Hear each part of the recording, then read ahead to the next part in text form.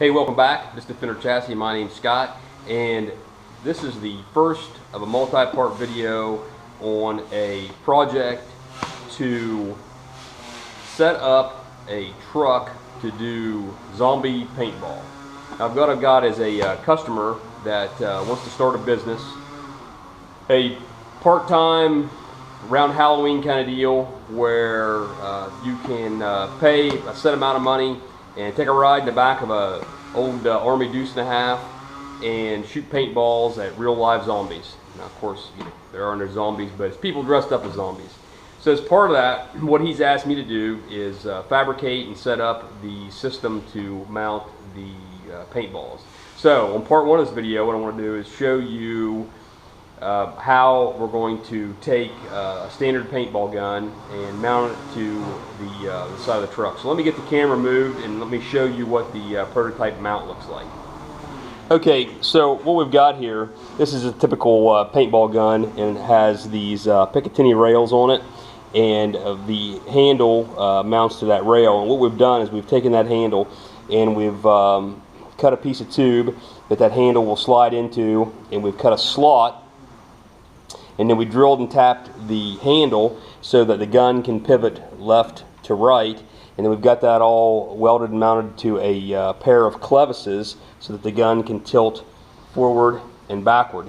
Now the idea with this is that somebody on the side of the truck can't pivot the gun far enough to shoot anybody in the truck or following the truck, or anything of that nature, and the gun can't pivot back far enough to lob paintballs off of the course, but yet can tilt forward enough to shoot the zombies that are on the course following the truck.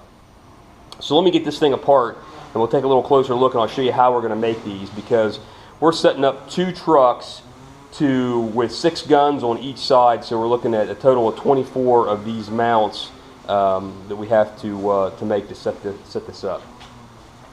Let me get this apart and I'll be right back. Okay, so what we've got is this is a standard handle that comes with the paintball gun, and we milled a flat spot and then drilled down through the center and tapped it for 3/8/16, and we'll use these socket head cap screws to then screw in and of course ride through that slot. So the first thing we need to do is to gang up and make several of these tubes, and rather than cut the length of tube and then cut the slot, what we're going to do is we're actually going to use the full length of tube. We're going to cut the slot, and then we're going to cut the tube to length, and then move on from there. So what those will look like is this, and then what we'll have to do then is set up a fixture to weld the smaller clevis onto the tube, and then ultimately, and we'll show this in maybe part 2, is this larger clevis will get welded to an angle iron on the side of the truck so that the guns can then be dismounted and stored just simply by pulling this one bolt. So I've got a fixture all set up to manufacture these.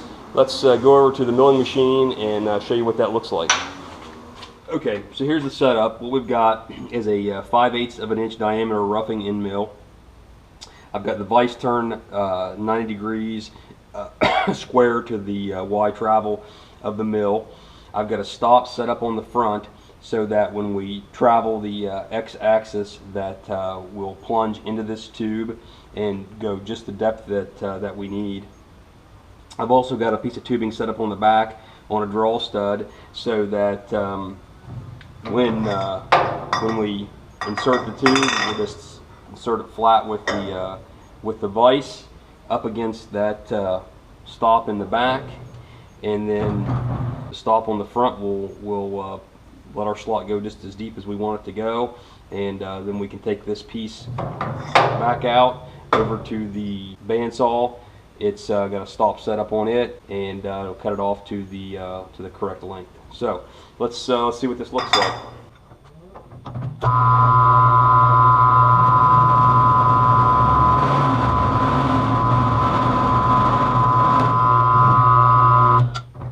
So there you go. So let's go over to the bandsaw and get this chopped off. And okay, so what we've got is just a piece of a drop of some perforated square tubing. We've got it clamped on here at the correct length for a stop. So we just run the tube over to that, make sure we're square to the table, tighten the clamp, and make the cut. So there you go, lather, rinse, repeat. Let me cut a few more of these, get them all deburred, and I'll show you what the fixture looks like to weld these up. Okay, so I've got this figured out as far as how we're going to weld these up. I've got a little better than half already done. Let me show you what we're doing here. We've got this the smaller clevis in this setup, and I think you can see that this clevis, the sides aren't perfectly parallel. It's splayed out a little bit. So what we're going to do is we're going to bolt this to the workbench. And what we found out is that this clevis, even when both sides are straight, is still narrower than the 1.25" tube. So what we're going to do, we're going to use a spacer on the bottom to space it up off the workbench, and we're going to bolt this down. And what we found that after we get this thing snug, about 3/8 of a turn returns that to square. Now, it's also important that this slot be perpendicular to the clevis. We don't want to get this welded on here like this or like this. We got to get that square. So I'm going to use a square on the bench in that slot to get that slot perpendicular to that clevis. And then what we're going to do, we're going to use the prototype bracket and use the spacing from the clevis to the bottom as a gauge to then get that spacing correctly. And then we'll back check